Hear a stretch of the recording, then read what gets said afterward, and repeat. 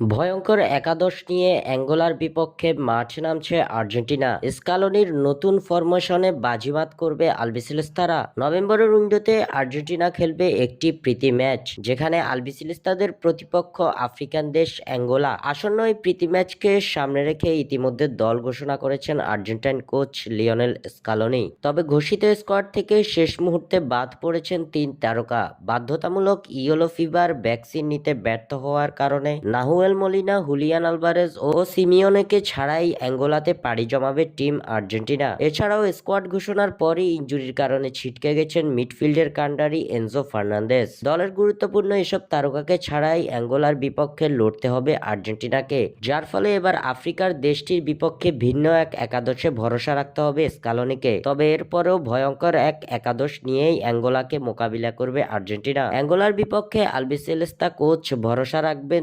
4-3-3 ফরমেশনের উপর, যেখানে গোলরক্ষকের দায়িত্বে থাকবেন জেরোনিমো রুল্লি, ডিফেন্সে সেন্টার ব্যাকে থাকবেন ক্রিস্টিয়ান রোমেরো ও নিকোলাস ওতামেন্দি, রাইট ব্যাকে থাকবেন হুয়ান ফয়েত, লেফট ব্যাকে থাকবেন নিকোলাস তাগলিয়াফিকো, মিডফিল্ডের 3 কান্ডারি হিসেবে থাকবেন রদ্রিগো ডিপল, অ্যালেক্সিস ম্যাকঅ্যালিস্টার ও থিয়াগো আলমাদা। আক্রমণ ভাগের দায়িত্ব সামলাবেন লিওনেল মেসি, লাউতারো মার্টিনেজ ও হোসে ম্যানুয়েল লোপেজ।